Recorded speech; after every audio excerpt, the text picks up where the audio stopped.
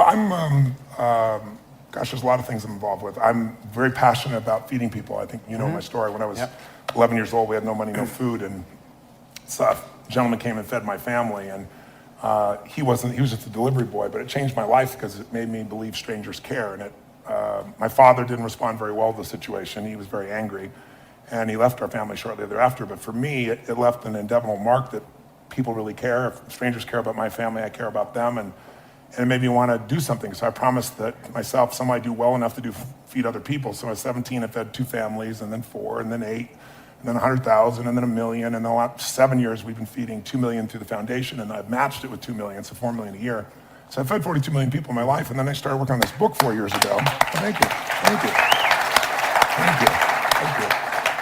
But I started working on this book, and I interviewed 50 of the smartest financial people on the planet. People like John Paulson hadn't done an interview in 10 years, and I got one of the first ones with him, and Ray Dalio and people like that. And these are all people not from the Lucky Sperm Club. These are people that did it on their own. They built it from scratch. No one gave them a break. And I'm getting all these insights, and I'm watching Congress pass these laws where they change the budget and they cut food stamps, and I don't call it food stamps anymore, but that's basically what it is, by $8.2 billion. Which basically means every person who needs food in this country, who's not in the position anybody in this room's in, has to go without food 1 week a month for 12 months out of the year, unless the private sector picks it up, which is their hope. And most of the private sector is really stressed. So I went to Feeding America and I said, what if I gave you all the profits of this book, all the money I'm getting, all the money I'll ever get, how many people could I feed? And they said 10 million people. And I said, I'm in. And then I got more excited and I added a bunch of money to it. So I added it to 50 million people. And then I said, I'll do matching funds to 100 million, which would be a cool place to go. Awesome, thank you. Awesome. So let me focus in on 3 things. One is the X Prize, and Tony has been extraordinarily generous as a philanthropist, and a number of you in the room here who are members of our Innovation Board, thank you for those of you who are part of that, some of our trustees in the room here. And the story there, again, I think you guys all know this, is my 9-year-old dream in myself was wanting to go into space and giving up on NASA being the way I was going to get to go there. And saying there's got to be some way, somewhere, somebody can build a spaceship that I can go on too. And organized a $10 million prize, and as my dear friend Dan Sullivan says, I didn't have the $10 million at the time, but had every faith that I would. It just took me 6 years to find it. And that $10 million prize launched a private spaceflight industry that Richard Branson is now commercializing, a number of other teams are doing. But on the heels of that, we said this idea of asking the world, what do you want to solve? What is a problem that should be solved, that you think, it's a sin that it's not solved yet? And realizing that there is so much brilliance around the world, that a kid today has more power than the President of the United States did 20 years ago in terms of the computational power or the knowledge they have, and that it used to be only the kings and queens that could solve things in the past, and now it's any of us can solve something. And what we do is we work with the top philanthropists and corporations, in some cases governments, and put up these large prizes, $1 million or a few $1 million actually. Christian Cottaccini, who runs HeroX, a spin-out, does the smaller prizes. We're doing these $10 million, $20, $30 million prizes and saying, I don't care where you went to school, whatever you've done before, you solve this and you win. I'll just mention one that we did together. It was Tony Robbins, the DeVos family, and Elon Musk that funded a global learning X Prize. 250 million kids around the world, nearly 700 million women around the world can't read, write, or do arithmetic. And we put up a prize that said if you can build an app that can take a child where there's nothing, no schools, no adults, nothing, and take that child from illiteracy to basic reading, writing, and numeracy in 18 months, you win. 600 teams entered that competition. We're down to 200 delivering software. They'll be in Tanzania in about 14 months. And with that, and actually John Raymond's also one of our sponsors in that,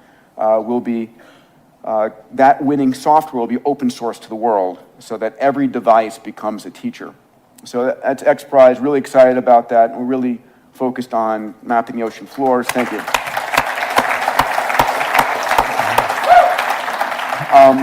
With my dear friend Eric Anderson in the back here, co-founded Planetary Resources. And the concept here is that we think of things as scarce on Earth. And certain things are the beautiful lands that we have, and we shouldn't rape and pillage them. But we live in a solar system filled with resources. And the concept here of planetary resources is we are using the most advanced technology, 3D printed spacecraft, AI on board, sensors that have never flown in orbit before, to go out to prospect near-Earth asteroids, which are rich in fuels, platinum group metals, construction materials. And those same spacecraft, when pointed down towards the Earth, we've just discovered, and we're really excited about this, can actually map and predict the yield of every acre of cropland on planet Earth and really help us feed the planet much more efficiently. So we just launched our first spacecraft. Next one goes up in the first quarter. The last one, which is sort of like, I think relevant to all of us, is the idea that we can all live 30 or 40 more healthy years in our life. And to Dan's point earlier about, living to 95, but not 95, living to 195, whatever it might be. We're at a moment in time where we have to realize the software that runs our body, our genome, what happens to you isn't happenstance. It isn't like, oh my God, I happen to come down with that. That, your destiny is in your genes. It's also in the environment, all those kinds of things. But, and this is Tony's one of our investors. We created a company called Human Longevity. Craig Venter, who sequenced the first human genome, and Bob Hurry and I founded it together. And it's built the world's largest genome sequencing facility on the planet. We've sequenced more human genomes than the rest of the world combined. And not just the genome, your microbiome, a full body MRI, 2,300 chemicals in your bloodstream, the most massive data set about you. We mine that data to actually help you understand what is going on. It's the most complete information data set in the world. And we've also, just a few of you in the audience here I know are benefiting from this in our health nucleus. We're now actually sequencing cancers to help you know what drug specifically works for you in your cancer, not just for everybody who happens to have that generic cancer. So that's a big one. I think that's something that's going to impact all of us is, making 100 years old and you 60, right? You'll get younger. That's it. Awesome. What are the biggest trade-offs that both of you consider maybe negative in order to do what it is you do? Because you're both, incredibly driven, what I would consider insane schedules, but at the same time, you're making massive contributions to humanity. So what are the trade-offs that you would consider like, we work our asses off. We do a lot of stuff, but this is what we had to sacrifice in order to do it. If you think of it that way. I think if you think of it as a sacrifice, then you're going to build frustration or resentment. I really don't. If you think it's a sacrifice, you shouldn't do it. I think the challenge is that most people have this illusion about life-work balance. And I think that's if you're going to accomplish it, it's what people are laughing because right? What's true is life-work integration. So I was just in 7 countries, 21 days, but who's with me is my family, who's with me is my friends, and I've done well enough to have a plane and bedrooms and all that kind of cool stuff makes it. But when I didn't, we huffed it together. And beginning days it was coach and dragging ourselves around. But I thought it was great for my kids to have schooling, but I thought an education was more valuable, and traveling the earth was a part of that.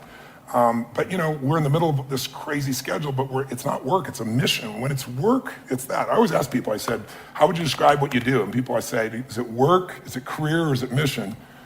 And most people, of course, say it's work, and that's exactly what it is. It's heavy. If it's your career, it gives you something more. If it's your mission, it doesn't wear you out. It brings energy to you. It's fulfilling. And if you can tie your mission in with the people that you love, it's pretty cool.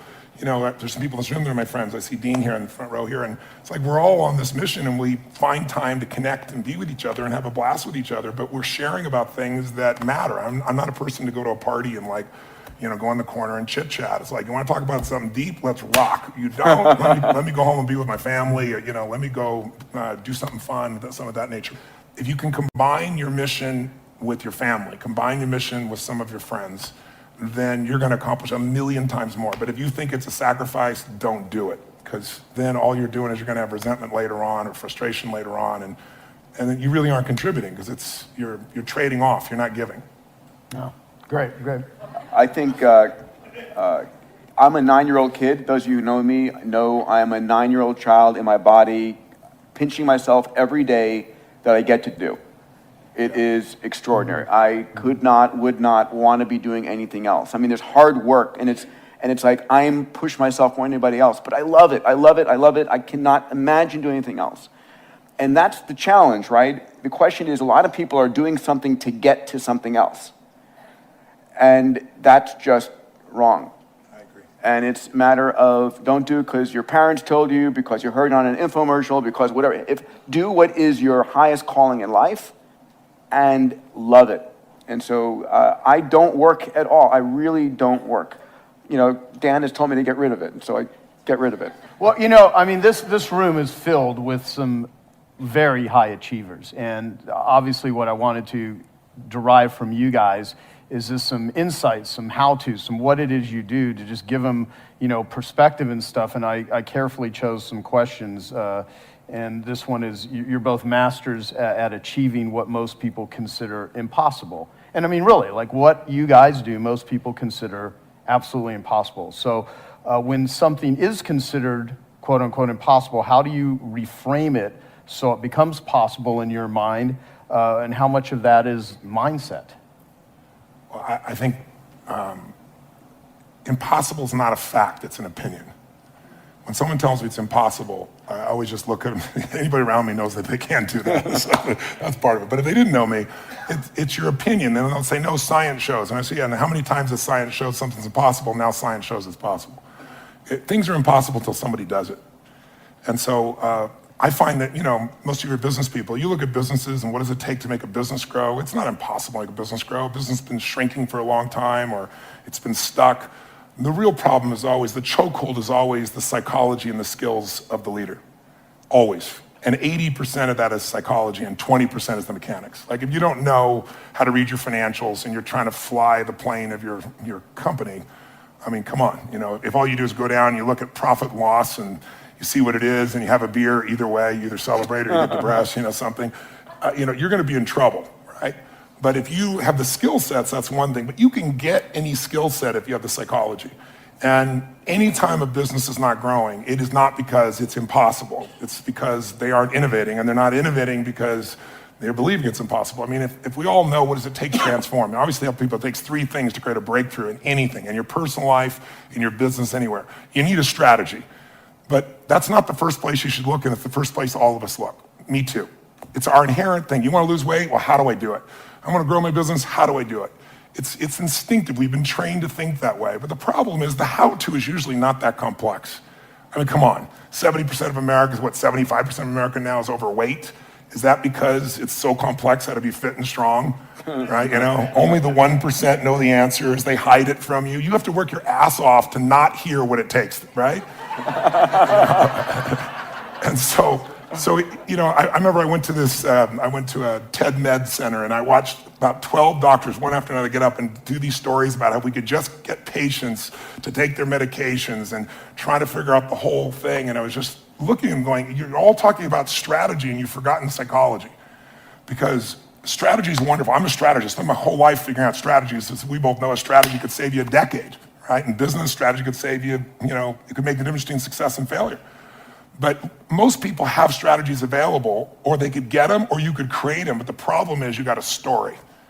And your story is why it isn't working. And the story is, I've tried what? Everything. If you tried everything, you'd be fit, right? If you tried everything, you'd be profitable. If you tried everything, you'd be there. But people say it, you know, I'm big boned. That's what I used to say. I'm still big boned, but I'm 38 pounds lighter than I was 25 years ago, and I've never gained it back, right? When I was big boned, that was my story. All the good ones are gone. That's why I'm not in a relationship. Or they're gay and I'm not, or I'm gay and they are, or whatever the story is. There's always a story. And what I tell people is, you know, if you can just divorce the story of your limitation and marry the truth of your unlimited capacity, then the whole game changes. But it's hard to do that because when you're in your story, you don't even realize it. So you need a third piece for a breakthrough, and that's really what my life's about, which is changing people's states. Because in a different state, we're different people. You know, can mean people be nice? Yes or no? Yes or no? Of course they are, when they're in a nice state. Can nice people be mean? Sure, they get a mean state. So really learning to train yourself to be in an ideal state where the best of you comes out for yourself, for your family, for your mission, for your world, for your coworkers.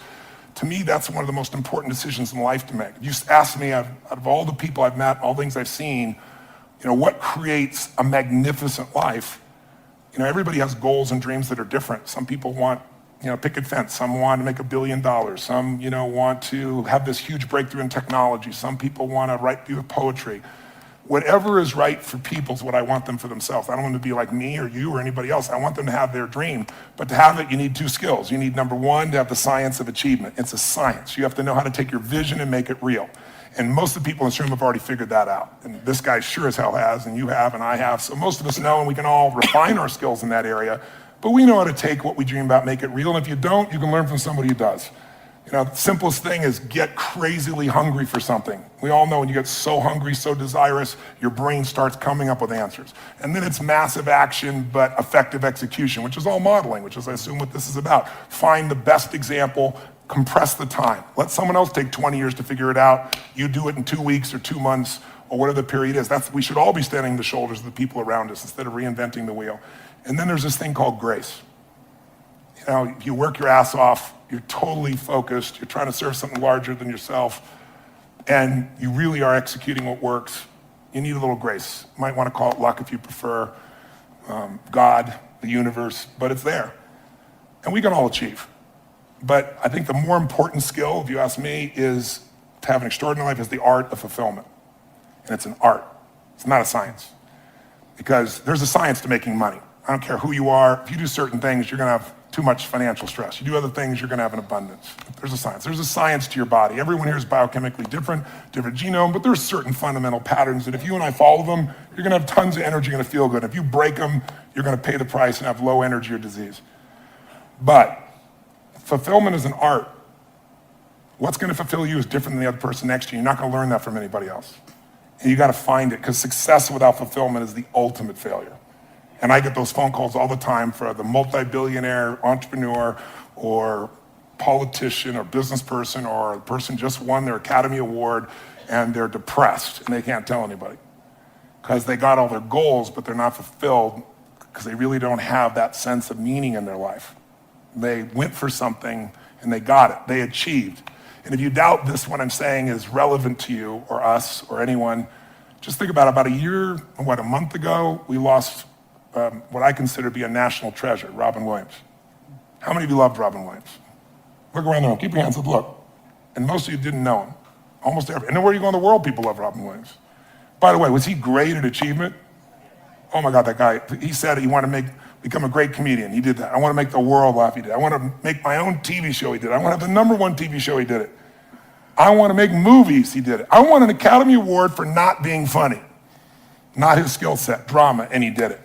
I want a beautiful family, and he did it. And then he hung himself. Make everybody happy but yourself. Not a good plan. So if I had a gift to give you, it would be maybe make a different decision. And the decision is that no matter what happens in your life, you're going to live in a beautiful state. A beautiful state. And that could be happy, that could be grateful, that could be being generous. Those are all beautiful states, aren't they? It could be curious. It could be fun, it could be playful. You're not limited to one state, but it's different than suffering. And most people's suffering, and all suffering I've ever seen, I've traveled to 100 countries, I've dealt with presidents of countries and, presidents of businesses, CEOs, I've dealt with people in prison, I've dealt with, you name it, average people. Suffering always comes because you're obsessed about something related to you. You can only be depressed if you're focusing on yourself. You say, no, I'm depressed because it's my kids and they're not doing well. No, you're depressed because you feel you failed your kids. It's about you. It's about how you think what you should have done or shouldn't have done or what someone did to you or didn't do to you in the past or the future, which don't even exist. So I have a simple goal. My goal is help people make a decision that says, I don't know what's going to happen. You might get a divorce, even though you don't think so. You might find a member of your family with cancer. You might have your house get burned down or have a tornado go by, and if you live in the same place, it happens every 2 years and you move back, we should talk, but some people seem to do that for some reason. You can't control those things. I can't control those things. I don't want those to happen to you or anybody I love or anybody who's even a stranger to me, but they're going to happen. True? Not positive things, just the truth. So if that's going to happen, I say make a decision now that says, I'm going to live in a beautiful state and I'm going to find beauty in whatever life brings me. Because life is too short not to. I see a little buddy over here named Sean. I remember when I got a phone call from the Make-A-Wish Foundation, say, I have a young man that's about to die and he wants to meet you. And he came to the seminar, and then I took him out afterwards. And at the time, if he coughed too much, they said, you can't grab him. I said, I want to take him across the fire. They said, take him across the fire? I said, if he coughs, he'll break a rib. I said, I'll be really gentle.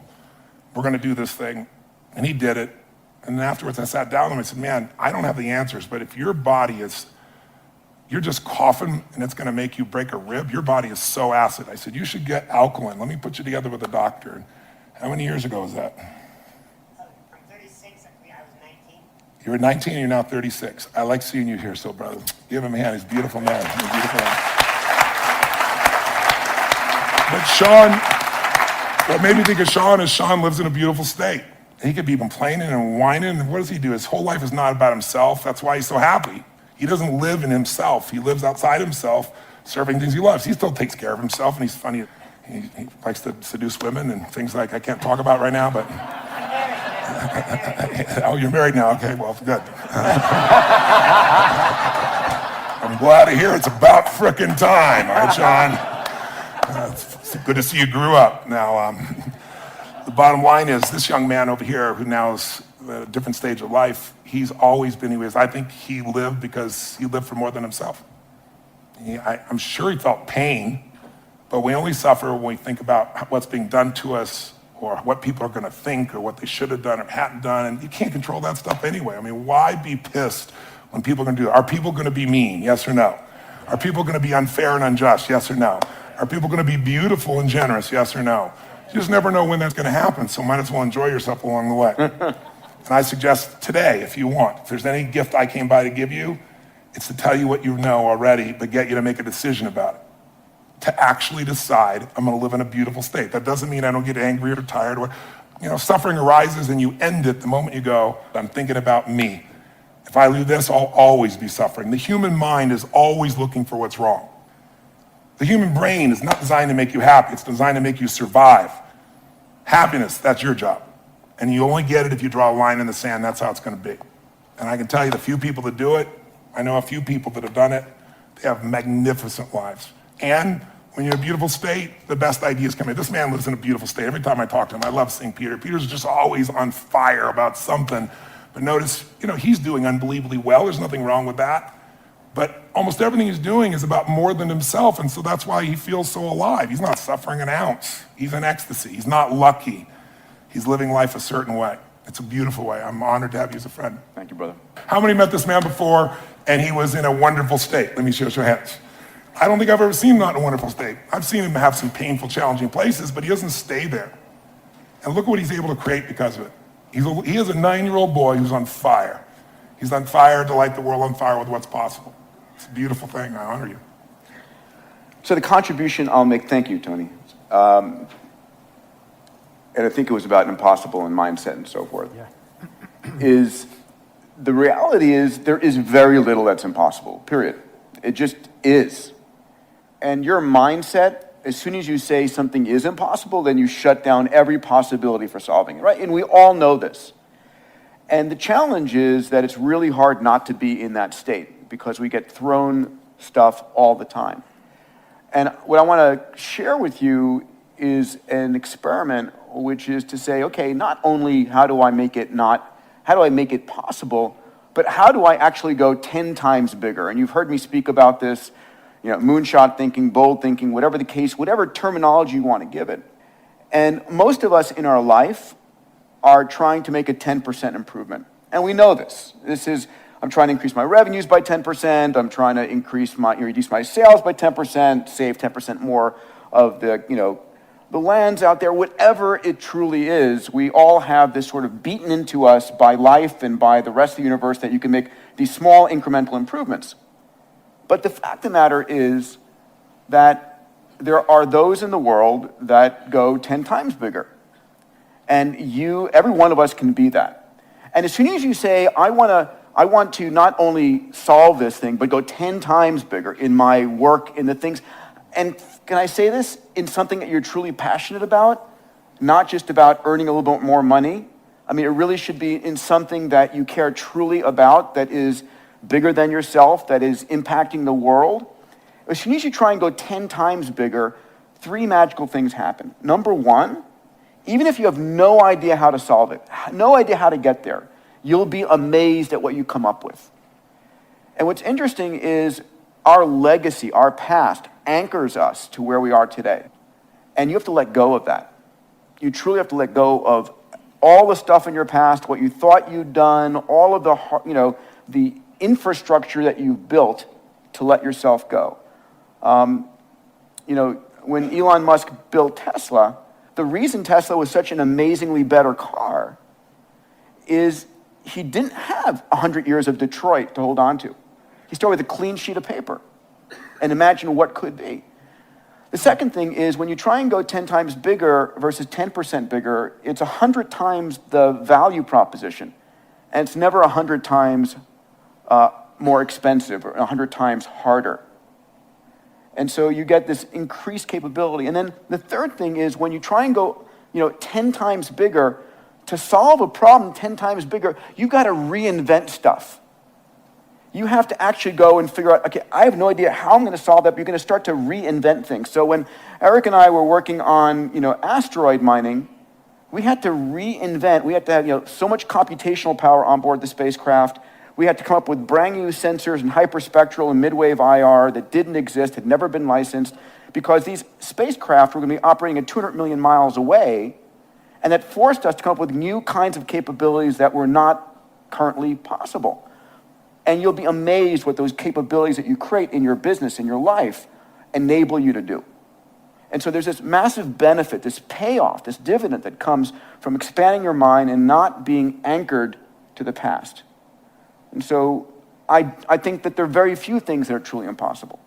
I think that impossible is a state of mind. And I'll say one other thing.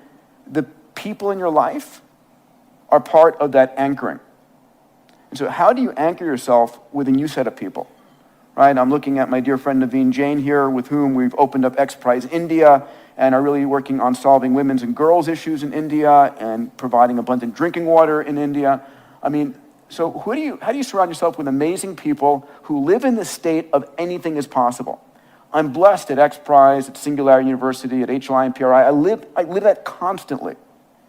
And so how do you do that? Where are you doing that? What is your nothing is impossible community? Here. It is truly here. And so that's really critically important, because once you get into that mindset, then you start freeing yourself from that you tell yourself and people tell you. Because we are living in a world where constant, amazing miracles happen. The other thing, because I'll put my commercial into this, stop watching the news. Stop watching the news. You could not pay me enough to have the Crisis News Network or the Constantly Negative News Network, whatever you call CNN, pollute my mind. Really, I have social networks, I have Google filters and so forth. I was just telling Ariana about this, and hopefully she'll do this. I want on the front page of Huffington Post, I said, I want a slider where I can control the percentage of positive news stories. Right? How would you like that instead of, because right now it's 10 to 1 negative to positive. It's true. It's like, why would you possibly invest in the world and in the life and all these things if the world is falling apart? If the Crisis News Network is like showing you airplane accident, airplane accident, airplane accident, what problem is that the news networks never tell you, there was no school shooting today at this school, or there was this airplane actually flew LA to New York and actually made it and everybody survived. That's not news. And so we get this disproportionate view. And so our minds are constantly, the mindset you have when you watch the negative news is awful. Not that it's not going on. It's not that there's this amazing hardship and lives that are on the precipice of hunger and death around the world. But the world is getting better at an extraordinary rate, and you can make a difference in it. And there is no problem. There is no problem we cannot solve, period. End of statement. So.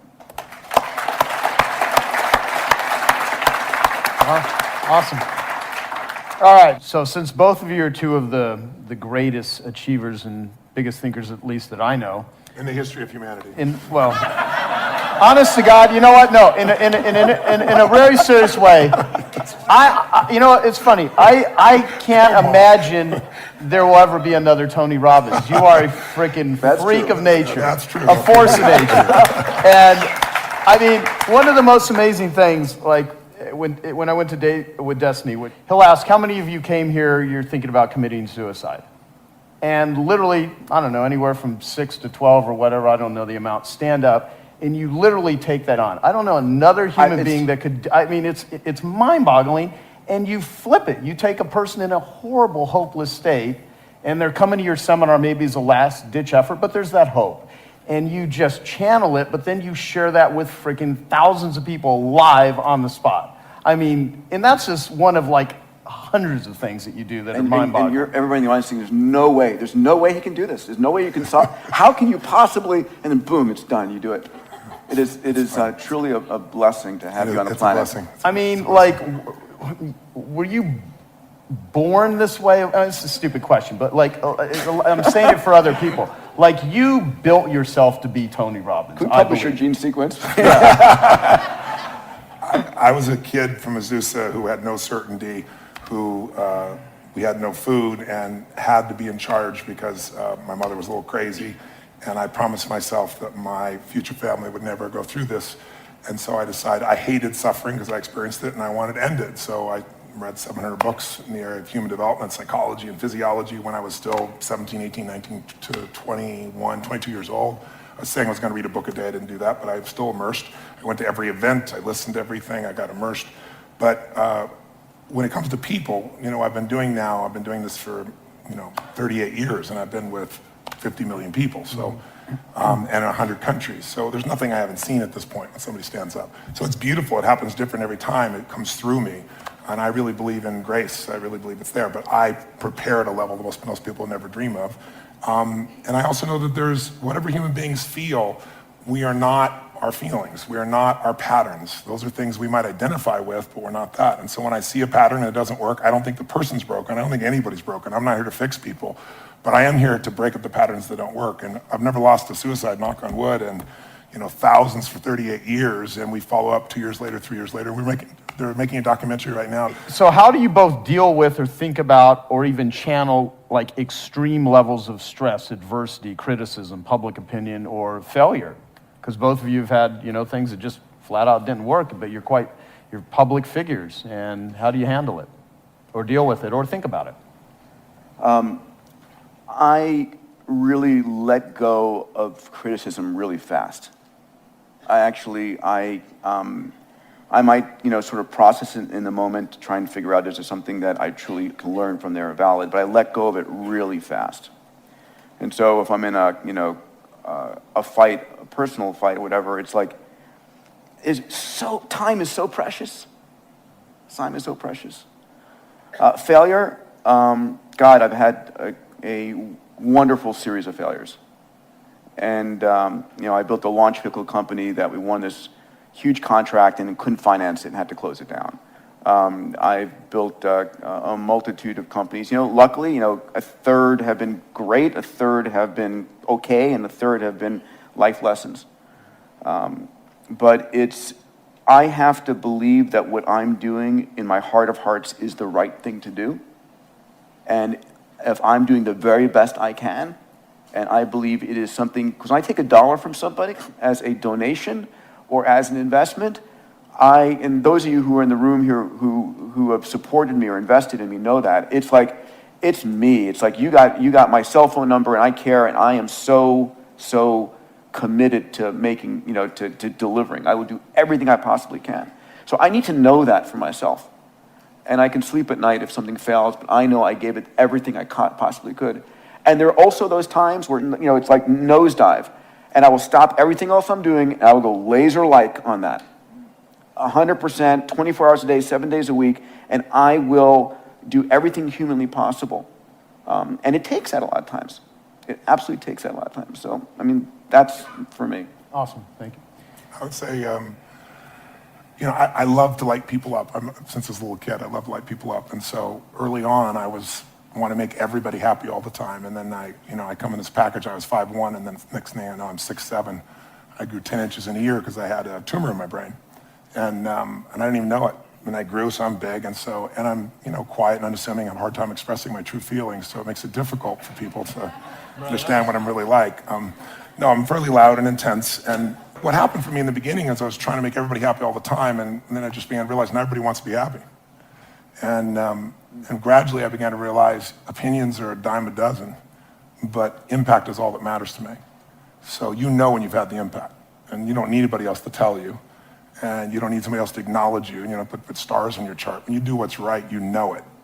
And no one can take that from you. They can take away anything you have, but they can't take away who you become. And you become something unique when you find a way to grow and you find a way to give. And when you do that consistently, it creates an extraordinary life. So I'd lie to say that I don't want people to hate me or dislike me, but it wouldn't be accurate to say I don't care, but I don't care enough to change what I'm doing. If what I'm doing is valuable.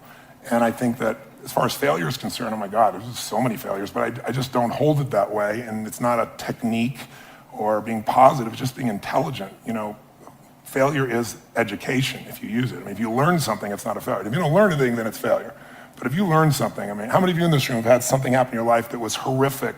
You hated it. You'd never want to go through it again. You never want somebody you care about to go through it. But looking back on it 5-10 years later, you say, I'm so glad I went through that because it made me so much stronger or so much smarter or maybe care so much more. Who can relate? I'm curious, right? So if that's true, then why not adopt the philosophy that life is not happening to me, it's happening for me. And that everything's happening for me, even what I thought was failure. And now my job is to figure out where's the benefit and use it for greater good. So I could probably list unlimited failures, but I would be insincere because I don't really look at them as failure, and that's not because I'm positive, it's just because I work my ass off to figure out what can I learn from that, how can I use that, and I'd like to make people happy, but I've also learned in business, I fire customers. I don't need them. It's a privilege to do business with us because we will more than deliver times 10. And so I teach my team, and it's so rare we have to do it anymore, but you fire a customer and you say, listen, we're not going to be able to meet your needs clearly because are there people out there that no matter what you do, they're going to be unhappy, yes or no? But why are you doing business with them and taking the life energy of your organization from it? I get rid of them so fast, and then they always want back in, and I never let them back, never. And then when they become a public hanging and other people go, well, this is how you play here. Because in the world of the internet, we've lost any form of kindness. People say things that are the most harsh, horrific thing, and the stuff people write. And all it is people who feel insignificant, who would never have the guts to say something to your face, but we've created an environment where it's tolerated. And so I think reversing that is really important. You have to define your environment, your business, your world, your family, because we all get what we tolerate. I won't tolerate it. I'll give my soul to a stranger, but I won't tolerate somebody being abusive to any member of my team or to people in my audience, or to me, certainly not to my family. And you get what you tolerate, you gotta decide. And you also get what you tolerate in yourself. And I think if you can look at what you're tolerating yourself and say, I'm not gonna tolerate that anymore in myself, then it's easier to lead other people. If you're just telling other people you won't tolerate, they'll look at you and go, yeah, you don't tolerate, but look how you are. And you don't have to be perfect, but people see how, you don't have to know who I am, you don't have to watch my lips move, you can see how my feet have moved for 38 years, that's Tony Robbins. Right? That's probably the best signature you can give. That's the brand that you put out there. It's the way you live. The thing you said, the line, which I love, life is not happening to me, it's happening for me. Is that is part of that a trick you play on yourself, or do you truly believe everything you are able to take that as ingredients of this is all happening for me, this most horrible, most horrendous thing from diseases to suffering? That's an important line, and I like to... It's not just a line. There's a woman that I just saw that I'd met 15 years ago, and she just showed up at my seminar, and she was suicidal because one of her daughters had gotten sick, and she brought her to the hospital, and the doctor said she's fine. She brought her home, and the child died. And she was going to kill herself, and she had 3 other kids. So I really, truly had to work with her, and I remember working with her back then. I looked it up because we have all stuff I've ever done on film. And I asked her, I said, what are your spiritual beliefs? And she said, I believe everything happens for a reason, and all that stuff. I said, so you're going to abandon what you believe spiritually because life didn't turn out the way you want right now? She said, no. I said, if it's the truth, it'll be the truth when it's painful, it'll be the truth when it's pleasurable. So I would lie to you to say, oh, I jump up and go, oh, this is happening for me right now. I don't do that. I think, what the hell's happening? Why? And then I catch myself and I go, there's some good in this. And my core belief, my real core belief underneath that is, everything I've ever been able to help people with is because I faced some portion of it. If I, have to face a divorce, I decided I needed to go through a divorce and I didn't want to. No one tells you to pick your partner after 14 years. It was the most horrific thing in the world, but I thought, if I can figure out how to do this elegantly, intelligently, lovingly, no matter what the other party's like, then I can help anybody else. If I've had several businesses over the decades that were, near the verge of bankruptcy. I had a resort in Fiji and there was a coup, it's kind of inconvenient, and I'm losing $1 million a month, and it's like, and I didn't have $1 million a month to be losing at that time, just I wanted to create this great place for people. But it's like, in the midst of all those elements, I'd come back and say, if I can figure this out, I can help any other business. So almost all my skills have come because of something I had to solve in me or help someone else solve. And my view is, if I can figure it out for me, I can help millions of people. And so that makes the problem inspiring, as opposed to the problem being, why did it happen to me? Because we're all going to experience problems. The only thing that we all have in common is everyone here is going to experience severe pain. I don't care how rich you are, money is not going to create immunity to pain. Suffering, you can get immunity from the decision I told you about. But we're all going to have problems. We're all going to have challenges. The only difference is, what the hell are you going to do with them? And if we just deal with our own problems, they get really boring, and some people need problems to have drama in their life to cover the fact they're not doing anything. But I think it's much more interesting to solve it and move on and help other people do the same, because you've actually done it, not because you talk about it. Yeah, gotcha.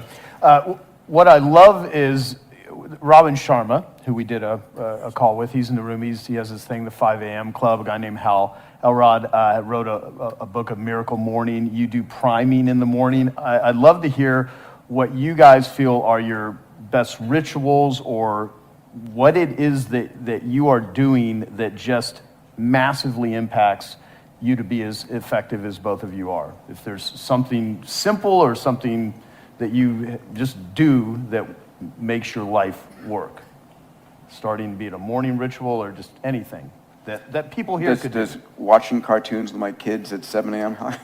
count? No, you that may be accurate. It's for me, it's anchored in my desiring to make the impossible stuff I set out happen, right? It's anchored in this infinity challenge. I'm never bored. These problems I've taken on with an amazing group of people are all sort of infinite, and there's no getting there. So for me, they're my guiding stars. So it's like, okay, what am I going to do right now to move the game forward this day? I wish I could say I was a great meditator or yoga person or so forth, and that will come, but not right now. For me, it's just it's dedication to the child inside me and what I care deeply about, which is making these succeed. And ultimately, it's trying to be clear about what I'm enjoying doing, right? It's surfing the stuff I love versus, this is work. I'm probably not good at this work. Who else can I find that can do it? And doing the stuff that I truly love better, and doing more of that. There's nothing sophisticated there. Tony, what do you got? Well, I think anyone who succeeds has something that they aspire to. There's a mission, there's a direction, there's a desire, and they bring it up regularly. And you do that, even though you say you don't do it in a sophisticated way. Attacking the human genome and figuring out how to get meteors to feed you what you need is a fairly large vision, somewhat sophisticated. Mine's really simple. Mine's simple. I believe that the body is the place that drives the mind the fastest. You can go inside your head all day long trying to resolve things and make excuses or freak out, but I learned early on in my life that in order to make myself do things, I had to trigger this body to feel strength and to know that when I say something, I mean it. And so I have a simple ritual that's actually enjoyable. It may not sound enjoyable, but it is now, which is I get up every morning, and I'm privileged to have multiple homes. So if I'm in those homes, one of the homes I have a river, the rest of them I have cold plunges. And I go into a 56-degree temperature just for about 60 seconds. I jump straight in, or I was just in Sun Valley, the river's 38 degrees, a little bit cooler. And I took my nephew and said, "You're about to learn how to start your day." And I bring all my friends when they come. They all have to do this. But every cell, every nerve in your body explodes, and it's phenomenal for your lymph system, phenomenal for your health. But it also is just a simple discipline. It says, I say it, it happens. I'm going to say I'm going to do this, I do it. And I've done it so much, it's there, and it's invigorating. And then I do, as you said, something I call priming. I don't, you wake up and you're, 22 hours off your normal time zone, and you've got to get up and take care of 10,000 people for 3 days and nights for 14 to 15 hours. You don't always wake up feeling, wow, is this the coolest thing in the world? Some wake up and go, what universe is my body in, And so I do my physical ritual, but then I also do this priming. And priming for me is just, I don't hope that I'm going to show up at my best. I create a state for it. Most of you know probably the principle of priming. They've proven it in so many scientific studies. We all think we make our decisions consciously, when much of our decision making that we think is conscious is being made by contextual environmental manipulation that we're not even thinking about. On one study, they took some people and they hired actors that would go to 100 people, and they'd walk up to you, and they were trained to do the exact same look, same expression, and they'd say, "Would you hold this?" They hand you a coffee cup, and they reach in their pocket and grab their phone, put them back, say, "Thank you very much." They just kind of assume the action. And they would do it the same way, same facial expression. 100 people one way, 100 people out there. And what was the only difference? Cold iced coffee versus hot coffee.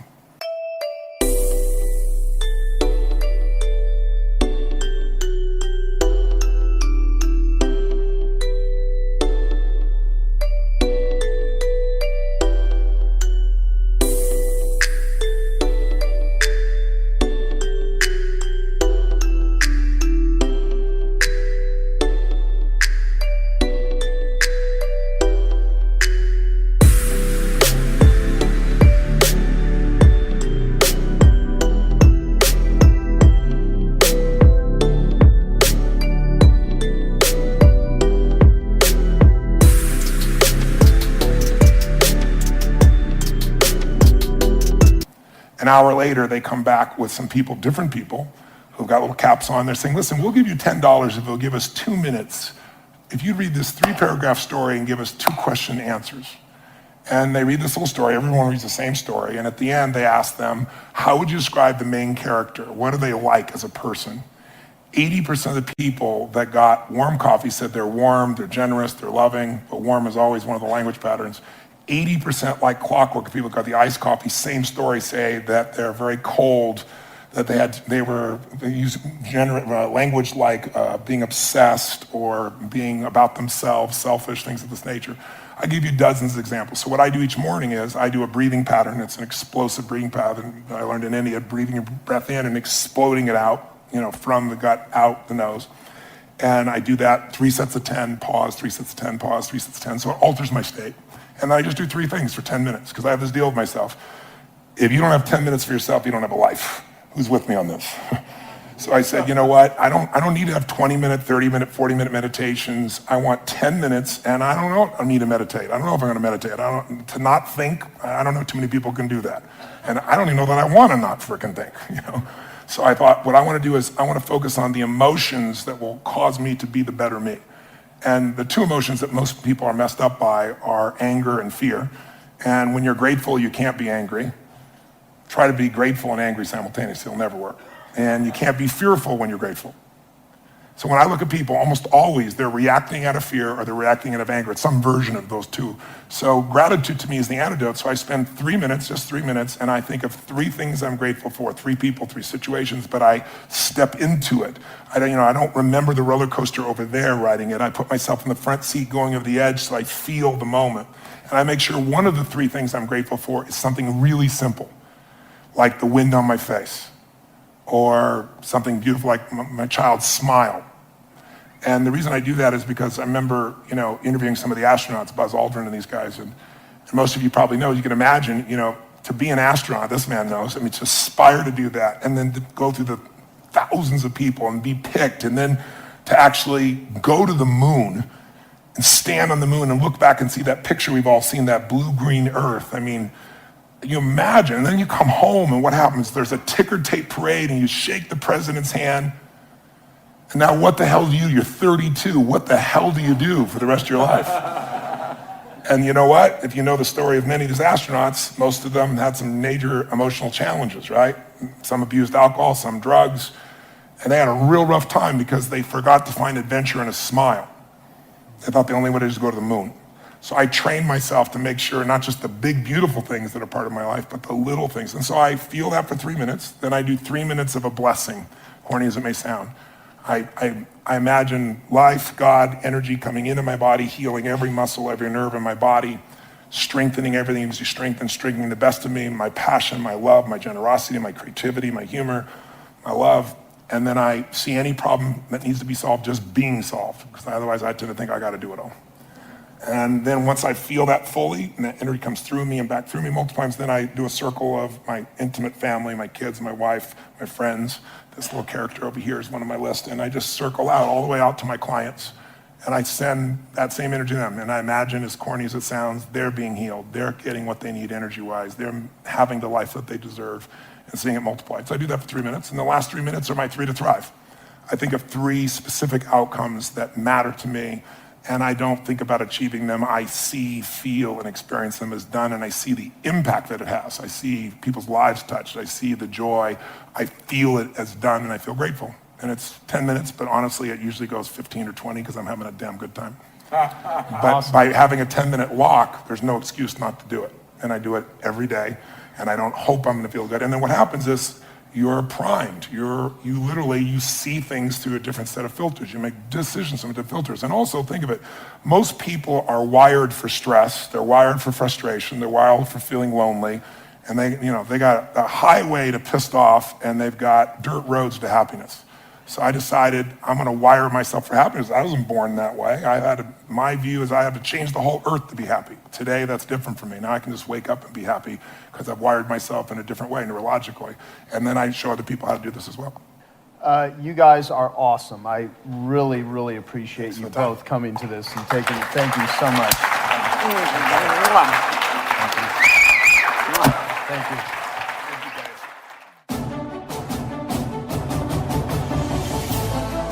Do you have the right mindset and skills to take your business to the next level?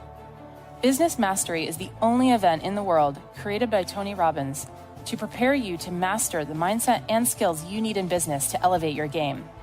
A one-of-a-kind, immersive program, Business Mastery will allow you to understand the critical factors impacting your business, then refocus and realign with the strategy and psychology you need to compete and innovate in any economy. Remember, business success is 80% psychology and 20% mechanics. If you're ready to learn and master the strategies to help you grow your business and stay competitive, then don't hesitate. Apply for the next Business Mastery program now. Learn more about the Business Mastery event at www.tonyrobbins.com.